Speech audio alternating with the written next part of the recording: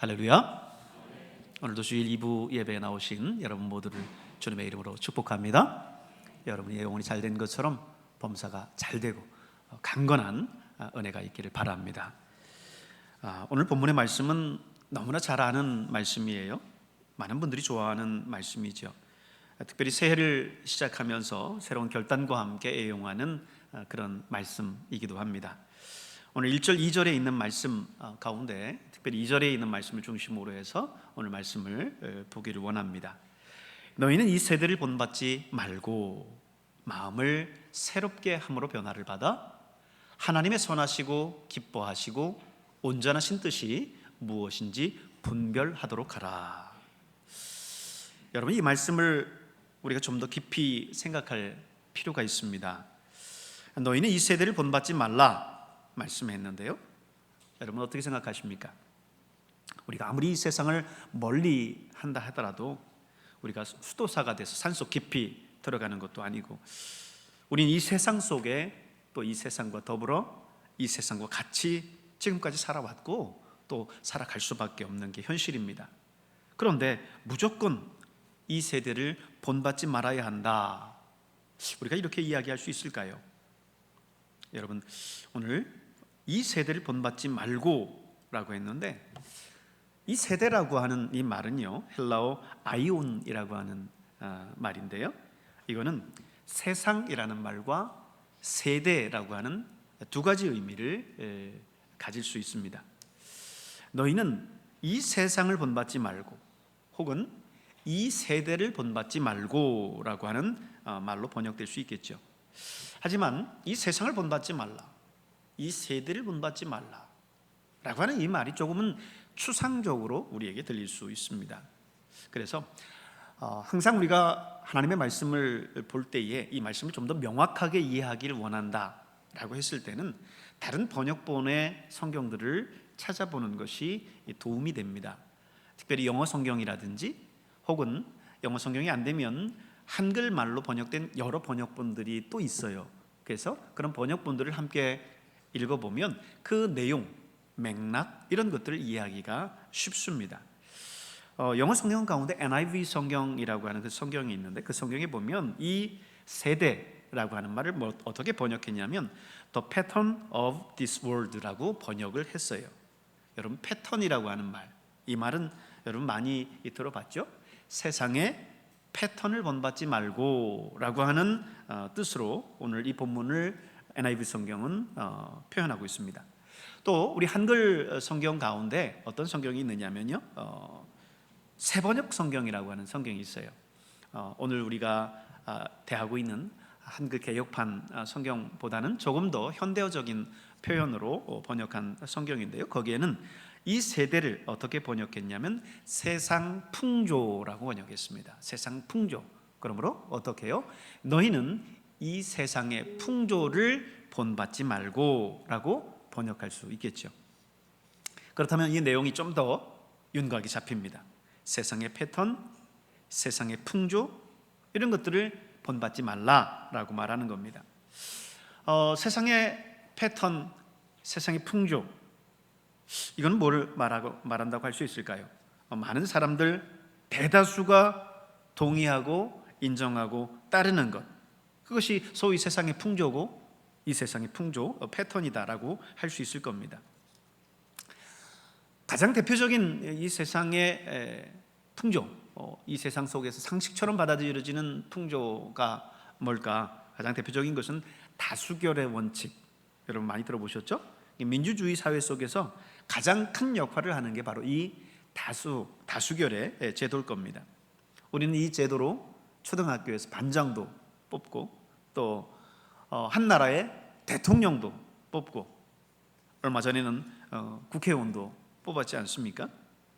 이런 다수의 원리는 우리가 사는 세상 속에서 살아가는 가장 기본적인 원리라고 받아들여지고 있습니다.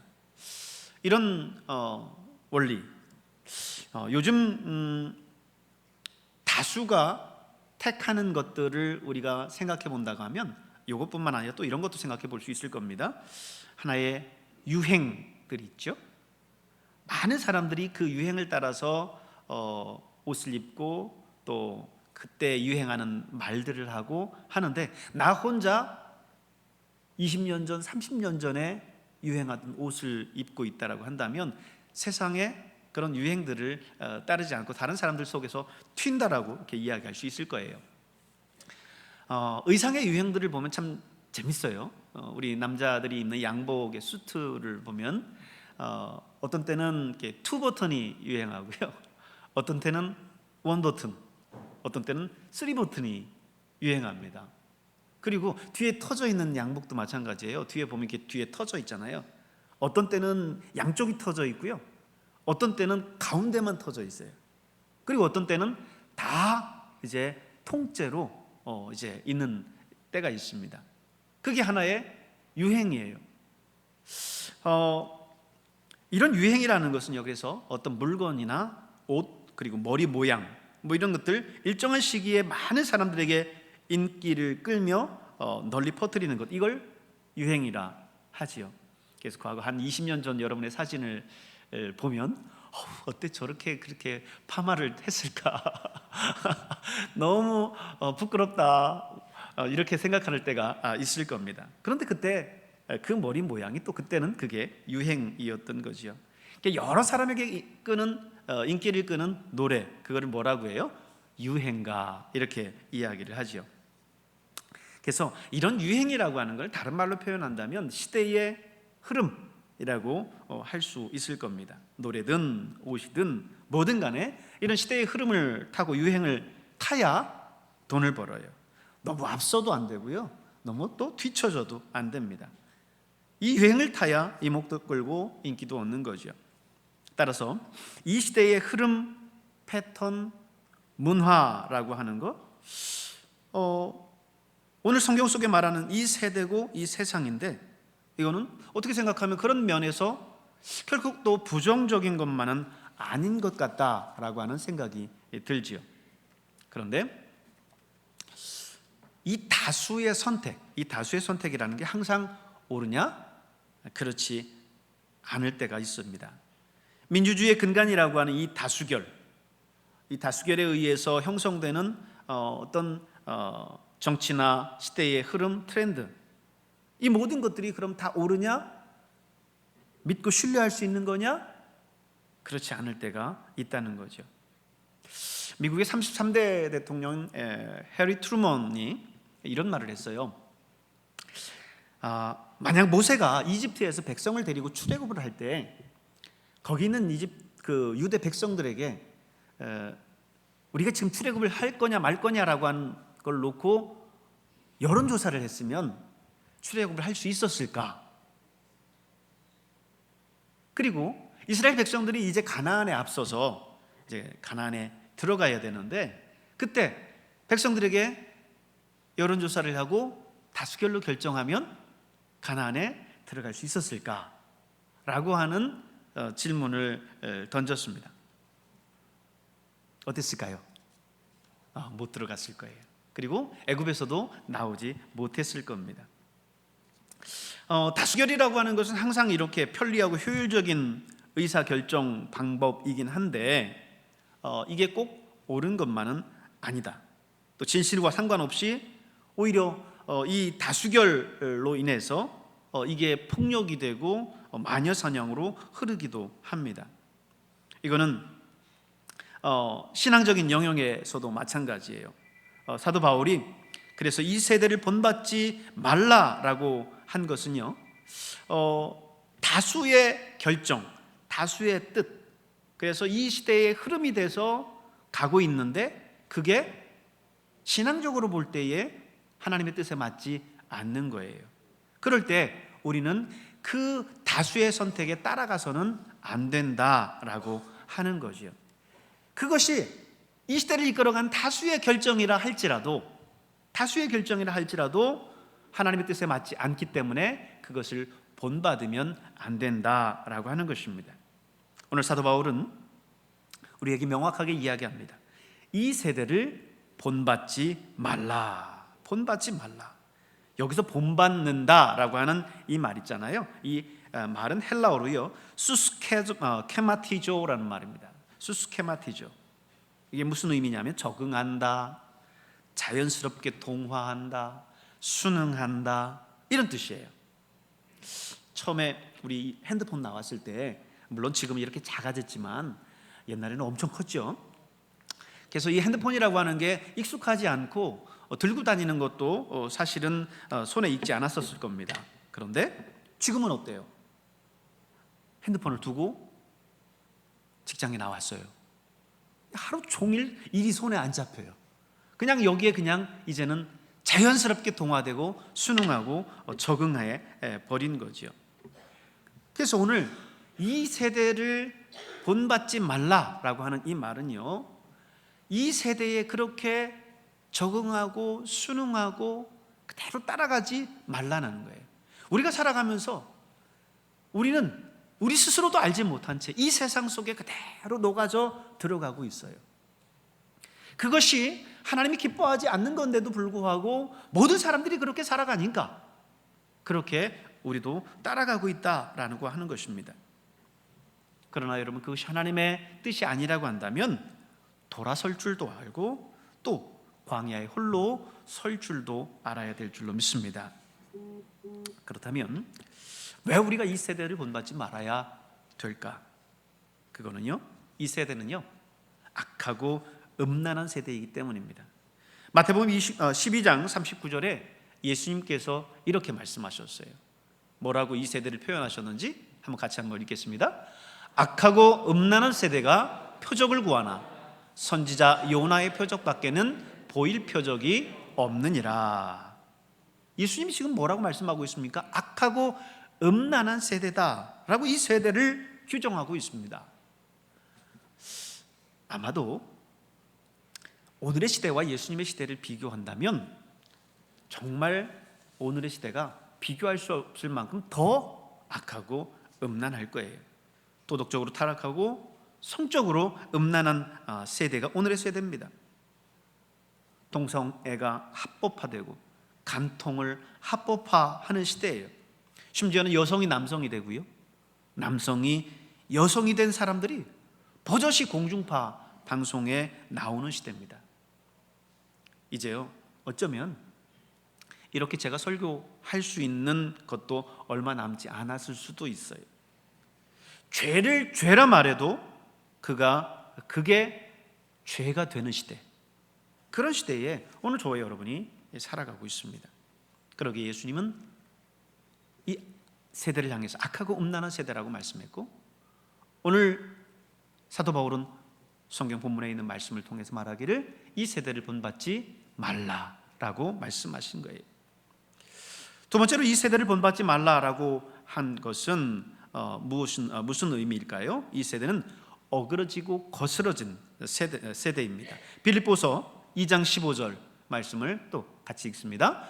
이는 너희가 흠이 없고 순전하여 어그러지고 거스르는 세대 가운데서 하나님의 흠 없는 자녀로 세상에서 그들 가운데 빛들로 나타내며 그랬습니다. 여기 보면 이 세대를 어그러지고 거스르는 세대다라고 표현하고 있습니다. 삐뚤어지고 고집스럽게 하나님의 뜻을 왜곡하고 거역하는 세대를 말해요. 여러분, 세상이 악해도 이렇게 악할까요? 요즘 세대는 하나님을요 대놓고 욕하고 저주하고 거역합니다. 옛날에는요, 아무리 예수님 안 믿는 사람이라 할지라도요 하나님을 그렇게 욕하지 못했습니다. 혹시나 내가 이것 때문에 하나님 앞에 천벌을 받지 않을까라고 하는 마음 때문에 그랬어요. 그런데 요즘에는요, 하나님을 모독하는 것이 아주 스스럼없습니다. 스스로 나는 사탄을 숭배하는 사탄교 교인입니다 라고 얘기하는 사람도 있어요. 안티 기독교 클럽이나 카페 같은 데를 보면 아주 조직적으로 이 반기독교 운동을 펼쳐나가는 그런 것을 볼 수 있습니다. 이 세대가 어그러지고 거스르는 세대라고 하는 것을 보여주는 거죠. 이 세대를 본받지 말라. 왜요? 이 세대는 믿음이 없고 패역한 세대이기 때문입니다. 마태복음 17장 17절을 또 같이 한번 볼까요? 같이 읽습니다. 믿음이 없고 패역한 세대여, 내가 얼마나 너희와 함께 있으며 얼마나 너희에게 참으리요. 예수님이 이 세대를 믿음이 없고 패역한 세대라고 또 규정하고 있습니다. 눈에 보이는 것만을 믿고 보이지 않는 하나님을 저버린 사람들로 가득해요. 종교는 더 이상 이 세상 속에서 설 자리를 갖지 못합니다. 젊은이들은 아예 종교 자체에 대해서 관심을 갖지를 않아요. 믿음이 없고 패역한 세대입니다. 우리 예수님께서 이렇게 탄식하는 탄식 속에 혹 우리 교인들이 포함되지 않았으면 좋겠습니다. 사실 거기에 포함되지 않습니다라고 자신 있게 이야기할 수 없는 것이요, 예수님이 뭐라고 말씀하시냐면 인자가 올 때에 세상에서 믿음을 보겠느냐 그러셨습니다. 점점 이 세대는 악해져 가고 이제 주님이 오실 때가 가까워져 오는데 그때에 믿음을 찾아볼 수 있겠느냐, 그만큼 믿음을 지켜나가는 사람들이 많지 않다라고 하는 것을 얘기해 주고 있는 겁니다. 디모데후서 3장 2절에서 4절을 보면 말세를 살아가는 사람들의 모습이 잘 묘사되어 있어요. 같이 읽습니다. 사람들이 자기를 사랑하며 돈을 사랑하며 자랑하며 교만하며 비방하며 부모를 거역하며 감사하지 아니하며 거룩하지 아니하며 무정하며 원통함을 풀지 아니하며 모함하며 절제하지 못하며 사나우며 선한 것을 좋아하지 아니하며 배신하며 조급하며 자만하며 쾌락을 사랑하기를 하나님 사랑하는 것보다 더하며 그랬습니다.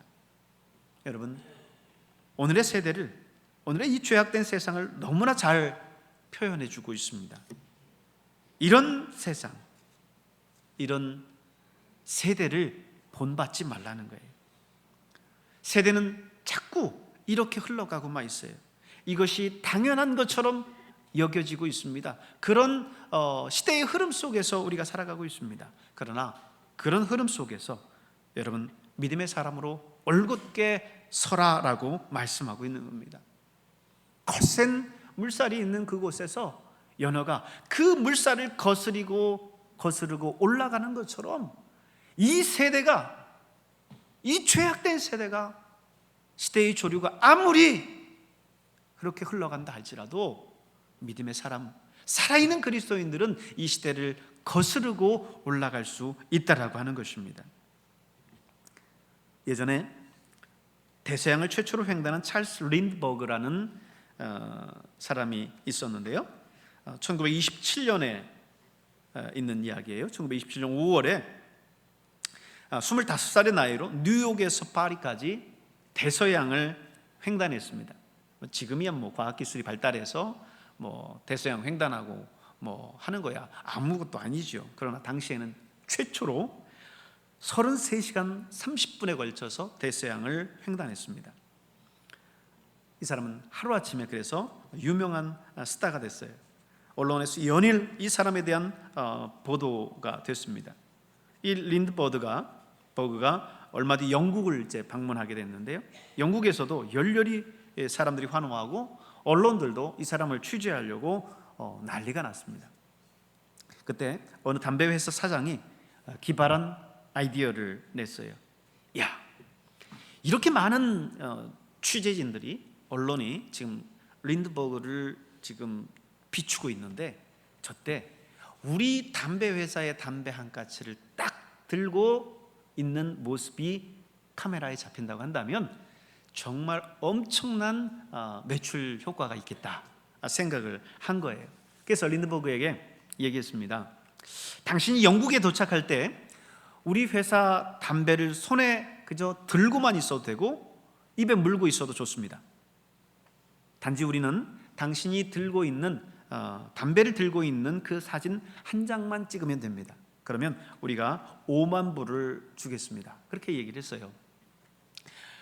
5만 불 하면 우리나라 돈으로 좀 얼마 정도 될 거예요? 한 7,500만 원 정도 되지 않나 싶습니다.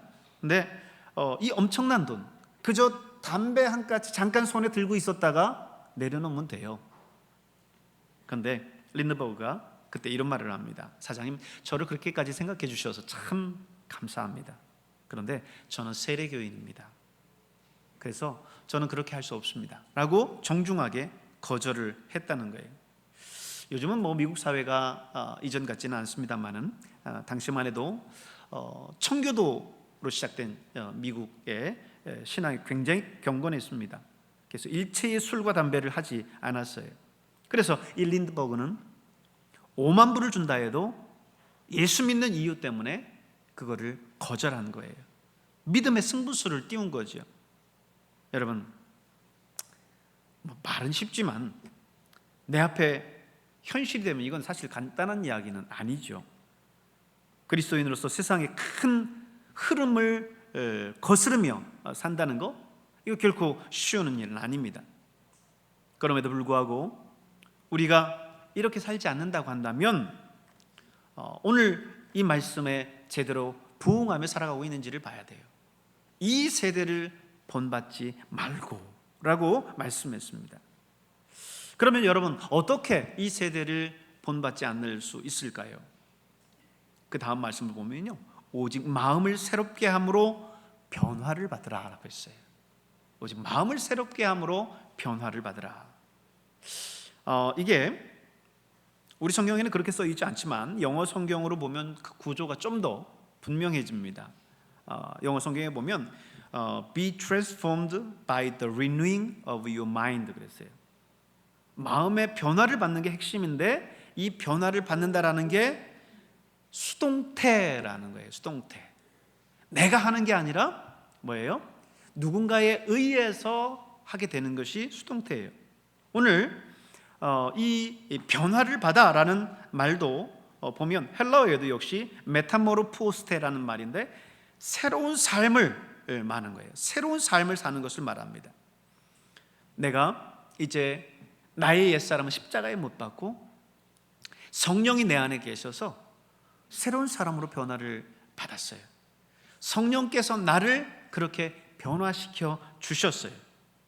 내 스스로 그거는 잘 되지 않을 수 있어요.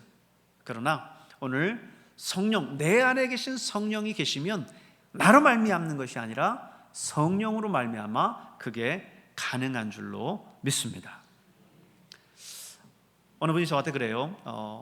이렇게 담배는 끊었는데 술은 못 끊겠다라고 그렇게 이야기를 하세요. 그래서 제가 그랬어요. 끊을 필요 없습니다. 여기 목사가 미쳤나? 왜 갑자기 술도 끊지 말라고 이야기하나? 제가 뭐라고 이야기했을까요? 제가 그랬어요. 술 끊지 마시고요, 성령의 세수를 받으세요. 지금부터는 성령의 세수를 드세요. 그랬어요. 여러분, 성령의 세술, 성령이 내 안에 계시면 내가 끊으려고 끊는 게 아니라 성령에 의해서 자연스럽게 그런 것들이 끊어지게 되는 줄로 믿습니다. 오늘 여러분, 성령께서 여러분 안에 오셔서 여러분의 삶을 변화시키는 놀라운 역사가 있기를 바랍니다. 그렇게 되면요, 하나님의 선하시고 기뻐하시고 온전하신 뜻이 무엇인지 우리가 분별하면서 살아갈 수 있어요. 여러분, 변화라는 것은 그런 겁니다. 이 세상의 풍속에 대해서 단호히 노라고 이야기하고 하나님의 말씀에 대해서 그것이 이 세상의 상식과 내 이성에 부합되지 않는 거라고 할지라도 하나님이라고 하면, 하나님께서 말씀하신다고 하면 예스라고 할 수 있는 것, 그것이 여러분 신앙인 줄로 믿습니다. 다시 한번 세상을 향해서는 NO, 하나님을 향해서는 예스라고 외치시면서 세상을 살아가는 저와 여러분 될 수 있기를 주님의 이름으로 축원합니다.